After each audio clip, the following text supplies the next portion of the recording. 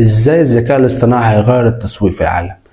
لو انت مستعد تكتشف المستقبل في زمن التكنولوجيا المتطورة، الذكاء الاصطناعي بقوة بيغير كل حاجة حتى في عالم التسويق. النهاردة هنتكلم عن ازاي AI قدر يغير قواعد اللعبة في التسويق، ونكشف لك اهم التغيرات اللي ممكن تواجهها الشركات والمعلنين في السنين اللي جاية.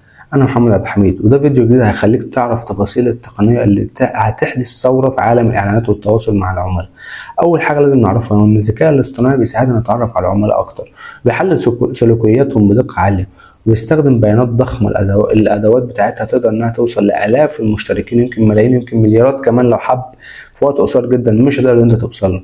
لازم تعرف إن نوع المحتوى اللي هيشد انتباه جمهورك بشكل أفضل.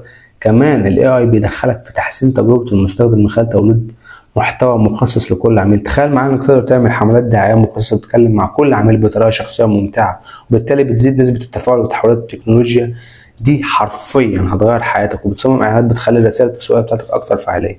زيادة على كل ده، ادوات الذكاء الاصطناعي بتساعد عمليات المونتاج والانتاج للمحتوى، وبتوفر لك وقت ومجهود في اعداد فيديوهاتك ومشاركتها على منصات التواصل. بتحلل البيانات وكمان بتجمع التوجيهات، وبتساعدك كمان ترسم خريطه الطريق لكل المحتوى بتاعك.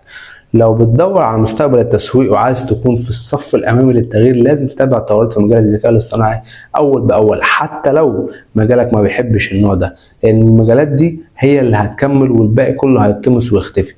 لو عجبك الفيديو ده واستفدت من النصائح دي، دوس لايك وشير وشاركنا في التعليقات. رايك ازاي AI ممكن يغير عالم التسويق؟